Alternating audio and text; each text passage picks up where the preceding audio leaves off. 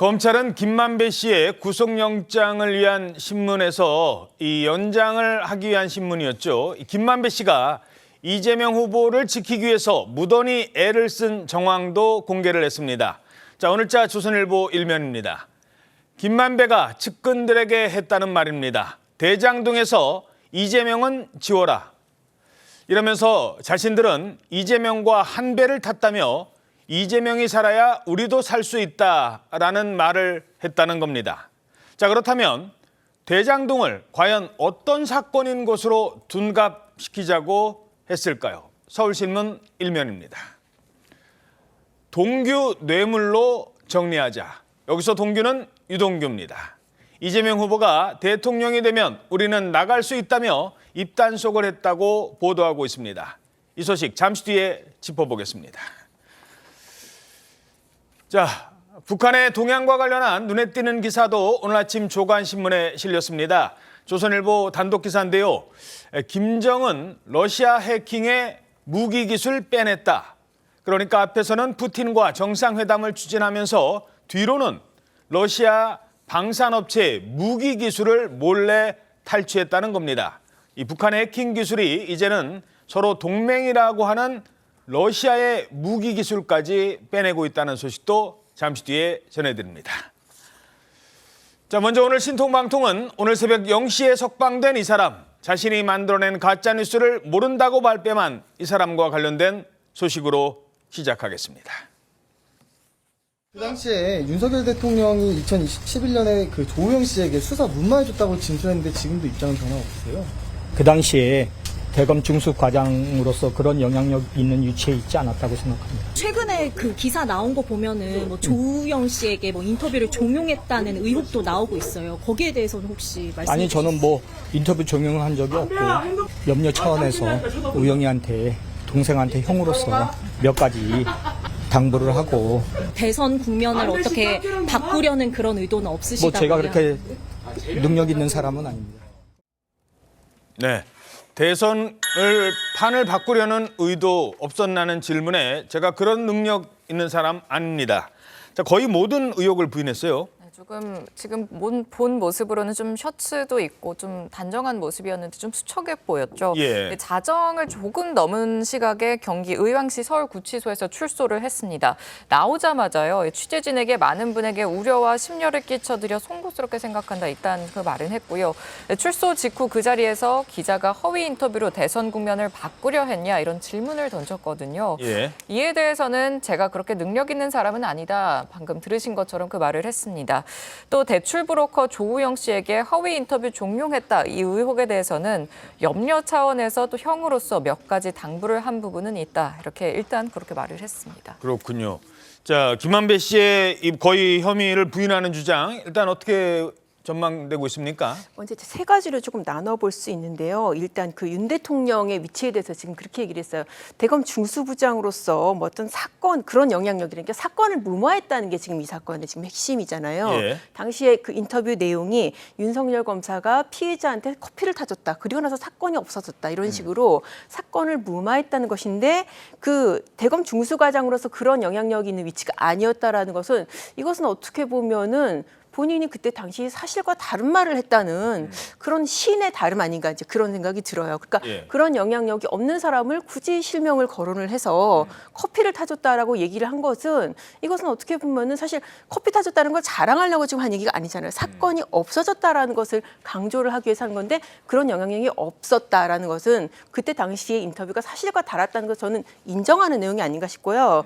또 하나 지금 이제 제가 그렇게 능력 있는 사람이 아니다라고 했는데 이 부분은 어떻게 보면은 이게 지금 사실 방금 보시는 화면에서도 그 인터뷰 내용을 따서 커피는 왜 타줬습니까? 라고 당시 이재명 후보가 얘기를 하고 대선 국면의 한 축으로 작용을 했잖아요. 그랬죠. 그랬는데 제가 그렇게 능력 있는 사람이 아니다라고 하면 이거 혼자 한 게 아니고 다른 배경이 있는 것이 아닌가, 협업이 이루어진 것이 아닌가 그런 그 의심을 할 수도 있는 예. 약간은 좀 뉘앙스가 포함될까 듣는 사람의 해석에 따라서 그렇게까지 번질 수도 있는 그런 부분이라는 생각이 들고 그렇군요. 네, 또 세 번째 이게 지금 조우영 씨한테 허위 인터뷰 종용에 대해서 이렇게 얘기를 했잖아요. 염려 차원에서 통해서 몇 가지 당부를 했다. 이것은 이제 저희가 이제 어제 영장실질이 아니라 이제 구속 영장 발부를 위한 신문입니다. 여기에서 나온 정황이랑 굉장히 다른 게 예. 당시에 이제 이게 아마도 조우영 씨의 진술에 기반한 것으로 보이는데 김만배 씨가 그렇게 얘기를 했다 그래요. 조우영 씨한테 유동규 뇌물 사건으로 정리해야 된다. 예. 그때가 어떤 때였냐면은 이게 지금 그 정영학 씨가 이제 그 녹취록을 제출해서 이게 게이트로 번질 차원이었는데 막 커지기 시작할 때. 그렇습니다. 게이트는 절대 안 된다고 차단을 하면서 유동규 뇌물 사건으로 정리를 해야 된다라고 했는데 이런 지시하고 지금 형으로서의 당부하고는 저는 지금 안 맞는 내용이잖아요. 그렇죠. 이건 이재명 게이트가 아니라 유동규 뇌물 사건이야. 이게 그냥 염려 차원의 당부였다. 그렇습니다. 그거는 뭐 지금 드러난 사실관계에 따라서도 지금 안 맞는 내용이라고 볼 수 있죠. 예. 자, 그리고 또 하나 김만배 씨는요. 신앙림 씨에게 1억 6천여만 원을 건넸죠. 여기에 대해서는 이렇게 얘기합니다. 예술적 작품. 신랑님 씨에게 돈 주고 허위 인터뷰했다는 의혹이 있는데 어떻게 생각하세요? 그분은 저의 오랜 지인인데 한 15년에서 20년 만에 처음으로 전화 오고 만났습니다. 사적인 대화를 녹음되는지도 몰랐고. 실제로 그 책을 사시고 1억 6,500만 원을 주신 건 맞으세요? 예, 그분이 굉장히 언론인으로서도 뛰어난 분이고 그런데 그분의 평생 업적이라고 생각합니다. 그 책이. 그래서 거의 저 예술적 작품으로 치면은 그 정도 가치가 있다고 생각을 해서 그래서 제가 그 책을 산 겁니다. 예. 글쎄요. 뭐 아무리 그래도 책 3권이 1억 6,500만 원. 좀 납득하기 힘든 부분 아닙니까? 이게 뭐 조금만 납득하기 어려운 게 아니잖아요. 다 아시겠지만. 근데 지금 저 인터뷰를 보면요. 저 나오면서 한 얘기만 들어도 조금만 자세히 들어보면 야, 저게 말이 돼라는 얘기가 저절로 나오거든요. 한번 생각을 해보세요. 신앙림 씨를 15년, 20년 만에 처음 전화 통화를 했다는 거 아닙니까? 예. 15년, 20년 만에 전화 통화를 한 사람한테 그 어마어마한 그 문제, 그 예를 들면 뭐 그 몸통이 윤석열이야. 그 커피 타주고 그 사건이 없어졌어. 이런 얘기를 15년, 20년 만에 만난 전화한 선배한테 그렇게 미주알, 고주알 다 얘기할 수가 있겠습니까? 어느 누가 그렇게 얘기합니까? 예, 그렇죠. 말도 안 되는 얘기잖아요. 그게 얼마나 큰 파장이고 지금 나라 전체가 그걸로 뒤집혀 있는데 15년, 20년, 15년인지 20년인지 모를 그렇게 갑자기 전화가 온 선배한테 이게 이렇고 저렇고 이런 식으로 해서 이게 그 왜곡이 됐고 사건이 무마가 됐고 이렇게 얘기한다는 것 자체가 말이 안 되고 그다음에 예술 작품이어서 그 책 3권에 1억 6,500만 원을 줬다. 도대체 예술을 뭘로 분류를 해야 될지를 잘 모르겠습니다만 이게 무슨 조선 왕조 실록입니까? 그리고 이게 김소월 시인의 100년 전쯤에 쓴 뭐 진달래 초본이라든가 만해 한용운의 그런 임해침묵 같은 것도 그것도 뭐 몇천만 원이라고 그래요. 아니 어떻게 지금 현존하는 자기가 쓴 그것도 그 내용도 별게 아니지 않습니까? 그 혼맥에 대해서 이렇게 정리해 놓은 건데 그거를 1억 6,500만 원에 줬는데 15년에서 20년 만에 어쩌다가 전화 통화한 선배의 책을 1억 6,500만 원에 사준다. 그게 상식을 가진 사람이 납득할 수가 있겠습니까? 다른 책도 김만배 씨가 한 1억 몇천만 원 주고 산 책이 있었으면 모르겠습니다만. 예. 또 한 가지. 저 신앙림 씨한테 언론재단을 차려서 100억 원을 들여서 언론재단을 차려서 이사장을 앉히려고 했다. 아니 15년, 20년 만에 만날 정도로 관계가 없던 그런 선배한테 갑자기 왜 모든 걸 털어놓고 그다음에 거기다가 그 1억 6,500만 원의 책값을 주고 100억을 들여서 재단을 차려주려고 합니까? 이게 말이 되겠습니까? 누가 봐도 말이 안 되는 소리고 이거는 철저히 신앙님과 김만배가 짜고 치는 거고 그 배우에 그 두 사람을 연결시켜주고 거기에 대해서 컨트롤했던 누군가가 있다라고 그렇게 예상하고 추론하는 게 너무나 합리적인 생각이라고 생각합니다. 어떻게 보십니까? 그러니까 뭐 이 일이 무슨 이렇게까지 뭐 침소봉대할 일인가 싶어요. 그러니까 김만배 씨는 지금 대장동 관련해서 주축이었잖아요. 화천대유의 말하자면 중심이었고 그 중간에는 이제 남욱, 정영학, 그다음에 유동규까지 이어지면서 지금 대장동의 사건 수사가 검찰이 수사를 하는데 2년째 아무것도 지금 진척이 안 되고 있어요. 대선 때 기억하면 이재명 당시 후보가 몸통이다라고 국민의힘이 공세를 펼쳤죠. 그리고 당시 보면은 일부 지면 보도를 통해서 부산저축은행 사건에 있어서 당시 박영수 특검을 매개체로 해서 김만배가 조우영의 변호인을 소개를 해서 중수부에 영향을 끼치려고 했다는 보도가 있었습니다. 그리고 실체적으로 지금 김만배 씨가 뉴스타파의 녹취, 음성을 통해서 하는 것들은 내용이 크게 달라진 게 없어요. 이미 남욱 정영학의 녹취록에 이미 커피를 타주고 조우영이 그런 일이 있어서 김만배를 통해서 박영수 특검을 통해서 당시 중수이과장이던 윤석열 당시 검사에게 이런저런 커피 한 잔 먹고 왔다라는 게 녹취록에 있는 부분입니다. 텍스트로. 그래서 새로운 문제가 아닌데도 불구하고 이게 무슨 대성공작으로 해서 빵 터진 것처럼 뭔가 영향을 주기 위해서 폭발력 있는 내용이란 것은 한 3일 아껴두고 아무도 몰랐던 내용을 터트려야 이게 대성공작이나 뭐 국기문란이나 이런 게 되는 것이죠. 그러니까 이런 억지 주장에 대해서는 김만배 씨 본인이 재판에 본인이 어떻게 유리하기 위해서 입장을 바꾸는지는 모르겠어요. 하지만 그 이면에 민주당이 있다, 뭐 정치 공작이다 이렇게 주장하는 것들이 얼마나 비상식적인지. 그리고 책값도 그렇습니다. 그러니까 예술적 식견은 우리가 객관적 기준으로 판단할 수는 없어요. 김만배 씨가 예술적 식견이 낮은 거를 우리가 왜 낮아? 라고 얘기를 할 수는 없는 거 아니겠습니까? 그러니까 그깟 책을 어떻게 1억 6,500에 하냐 하는데 김만배 씨 나와서 그러잖아. 본인이 생각하기로는 예술적 가치가 내가 1억 6,500 정도는 줘도 될 거라고 판단한 것이에요. 근데 그의 예술적 식견이 낮은다고 해서 비판할 이유는 없잖아요. 그러면은 예술적 식견이 아니라 경제적인 판단에 있어서 곽상도의 아들에게 퇴직금 50억 주는 것도 그의 판단인 거예요. 납득이 안 되잖아요. 그런 것들이에요. 박영수 특검 지금 구속됐지만 그 자녀에게 10매덕씩 돈을 빌려주는 것들, 아는 지인 기자들한테 수억 원씩 툭툭 빌려주는 것들, 그게 김만배 씨의 스타일이라면 이걸 우리의 객관적 기준으로 해서 그 사람의 인터뷰, 그다음에 그 사람의 입장을 비판하는 것들은 좀 너무 비상식적이다 저는 봅니다. 비상식적이다. 그러니까 책값은 일반론적이지는 않지만 그 사람에 대해서 왜 우리 기준에 당신이 못 맞춰라고 하는 것은 상식적이지 않지 않습니까? 예. 아니 그러니까 지금 서부대변인은 김만배 씨가 1억 6천만 원 얼마를 준 게 그 사람의 예술적 판단이니까 우리가 논란을 삼으면 안 된다라는 그런 주장이시잖아요. 본인의 주장은 그렇잖아요. 본인이 예술적인 가치를 그렇게 평가했다라는. 아니 그게 책이 무슨 예술과 그건 관계가 본인의 있습니까? 주관적인 판단이잖아요. 아니 그러니까 식견이 낮은 거를 어떤 가지고 범죄자가 그거 내가 예술 작품이라고 생각해서 그 사람한테 5억 원 줬어라고 생각하면 얘기하면 그게 받아들여집니까? 그게 논리적으로 그 사람들한테 설득력이 있습니까? 예. 제가 여쭤보는 게 그거죠. 그다음에 예, 또 하나 말씀하십시오. 두 번째 그게 다 알려진 사실이었다. 뭘 그걸 침소봉대하시냐 이렇게 얘기하는데 다 알려진 사실을 왜 대선 3일 전에 그거를 밤 10시에 일요일 날 밤 10시에 보도하고 그 다음 날 갑자기 오마이뉴스, MBC, KBS에서 대서특필을 해서 선거 전날까지 그렇게 떠들어댑니까? 다 알려지고 아무것도 아닌 걸 왜 그러겠습니까? 말씀 다 끝나셨어요? 네. 뭐 기자를 해보셨으니까 알겠지만 동시에 보면 이거를 대서특필이 아니라 말하자면 받아 쓴 것이죠. 그렇지 않습니까? 그리고 3일 전에 지금 뉴스타파라는 언론 매체에서 판단을 한 것이에요. 이 보도의 가치가 국민들이 알았을 때 지금 정보가 한쪽으로 기울어졌을 때 이거를 던져주고 국민들이 판단할 수 있는 예. 정보의 가치가 있다고 하는 것은 언론사가 보도를 판단하는 것이에요. 일단 여기까지만 하는 거 듣도록 아닙니까? 하겠습니다. 잠시 뒤에 다시 또 발언 기회 드릴게요. 자, 구속영장이 기각되면서 어찌됐든 김만배 씨가 풀려났습니다만 김 씨의 움직임과 관련한 세세한 정황들도 어제 그러니까 구속 연장 그 심판 과정에서 몇 가지가 드러납니다.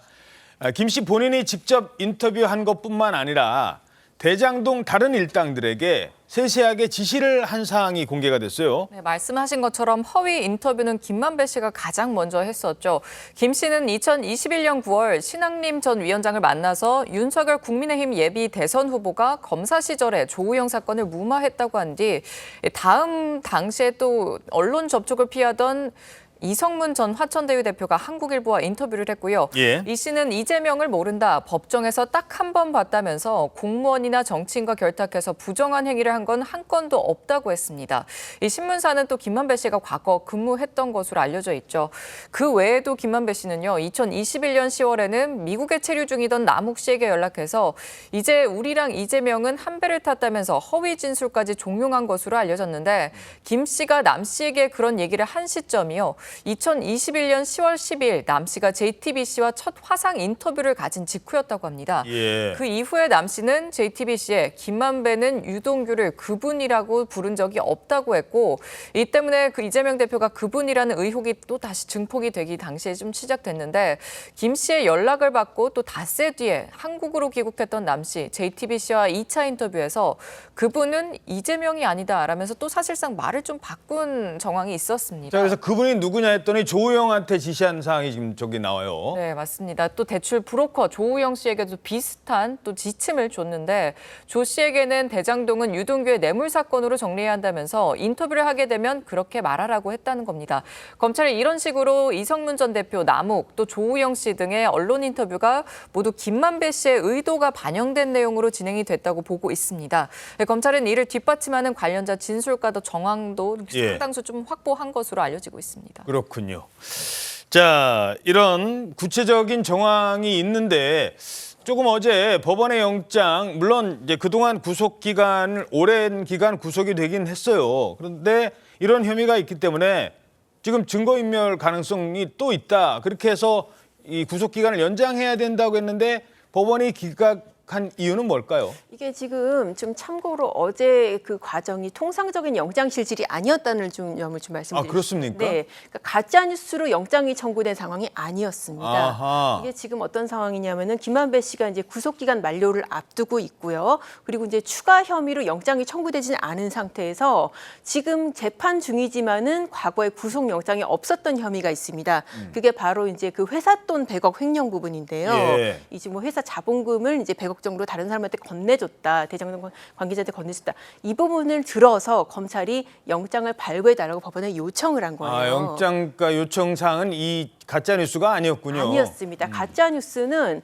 구속의 필요성, 그러니까 증거인멸 부분에서 주장을 하는 사항이고요. 어쨌든 범죄 혐의 사항은 이제 과거에 영장이 없었지만은 지금 재판 중인 그 혐의를 들어서 본 건데 법원이 사실 거기 이게 영장 실질이 아니기 때문에 정식으로 발부 기각 판단을 한 것이 아니고 따라서 거기에 대해서 이유를 내지 않았습니다. 다만 이제 법원 입장에서는 기간 만료됐으니까 뭐 나가라, 추가 영장은 안 내주겠다. 그러니까 현 단계에서는 증거인멸이나 도주 우려 이런 구속의 필요성이 상대적으로 덜하다고 판단을 한 것인데 예. 그럼에도 불구하고 굉장히 좀 아쉬움은 남죠. 왜냐하면 지금 검찰이 어제 1시간 반 정도로 이렇게 설명한 내용들이거든요. 예. 그러니까 구체적인 그 대장동 관련자들에 대한 여러 가지 지시, 또 그에 따른 그 사람들의 인터뷰 내용들, 이런 어떻게 보면 여론 조작 가능성을 상당히 검찰로서는 나름대로 소명을 했고 그 부분은 지금 이제 김만배 씨가 풀려났을 경우에도 사실 재연의 우려가 없다고 할 수 없는 상황인데 예. 이 부분까지 과연 충분히 고려했을까, 그런 아쉬움은 남습니다. 예.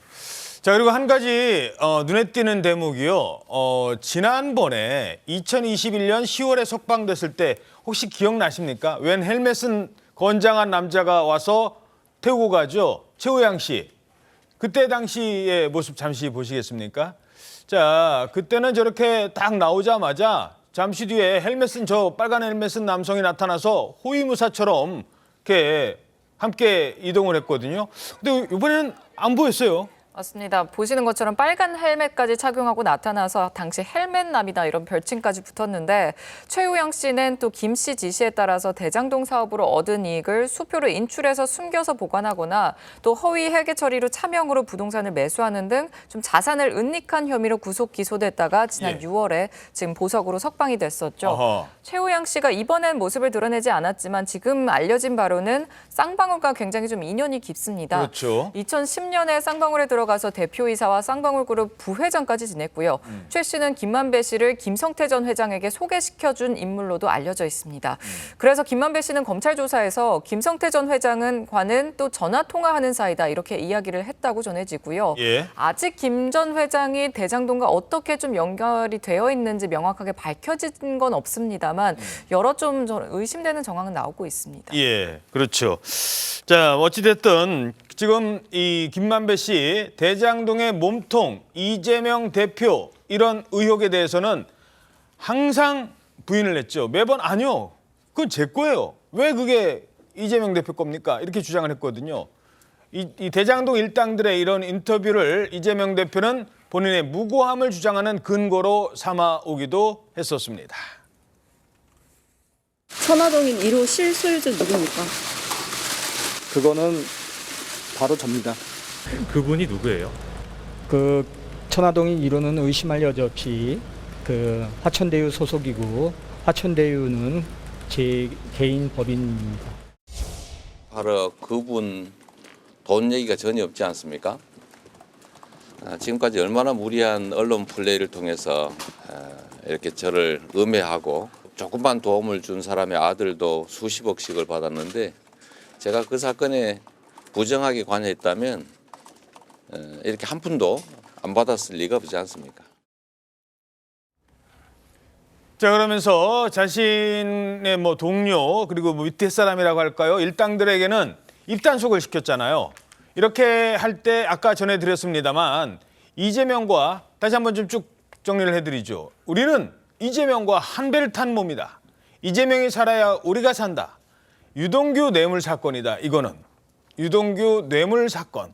그리고 잘 견뎌라. 그리고 나중에 이재명 당선되면 우리는 감옥에서 나간다.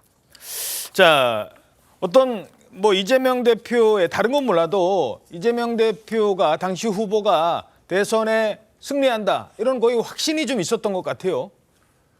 아니, 저는 확신보다도 그냥 어떻게 보면 이재명 대표와 김만배 씨는 아주 그냥 그 공동체적인 관계가 아닌가 이런 생각이 들어요. 대장동 사건도 그렇지만 대정당 사건을 진행하는 과정에 재판이 벌어지니까 재판 거래 의혹도 지금 권순일 대법관에 대해서 김만배 씨가 이게 수사가 제대로 아직까지 안 되고 있습니다만 그 권순일 대법관을 회유했다라는 식의 의혹이 계속 제기돼 왔잖아요. 만나러 갔다. 예, 뭐. 그렇게 됐잖아요.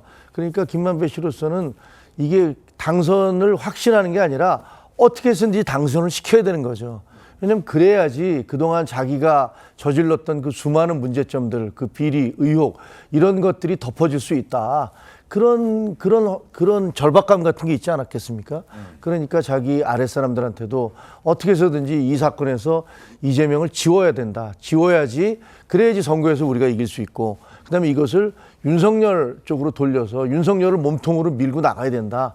그러면 우리가 대선에서 이길 수 있고 대선에서 이기고 나면 그러면 모든 게 다 정리가 된다. 그건 아마 과거에 의인 김대엽 병풍 사건에 그 민주당의 의인이라고 그렇게 지켜세웠던 김대엽 씨도 그 세상을 뒤집어 놓는 그렇게 새빨간 거짓말을 해놓고서도 정권이 바뀐 다음에 형이 1년 8개월이었어요. 예. 그런 것들 여러 가지 생각해 보면 어떻게 해서든지 당선시켜야겠다라는 절박감이 있었겠죠. 예. 이재명이 살아야 우리도 산다. 왜 김만배가 굳이 저런 얘기를 했을까는 싶어요. 관련이 없다면. 뭐 본인은 지금 화천대유에 돈을 지켜야 될 부분들이 있을 것이고요. 그다음에 김만배 씨는 지금 대장동의 여러 사람들과의 함수 관계를 생각하면서 조금 진술 자체가 일관되지 않잖아요. 예. 예를 들면 지금 아까 김종혁 의원께서는 이재명 대표와 김만배가 공동체다라고 규정을 하셨는데 그거는 이제 개인적인 의견이신 것 같고요. 그러면 김만배 씨가 곽상도 의원이나 박영수 특검이나 아니면 윤석열 대통령의 부친집을 김만배 씨 누나가 매입했잖아요. 그러면 거기도 경제 공동체입니까?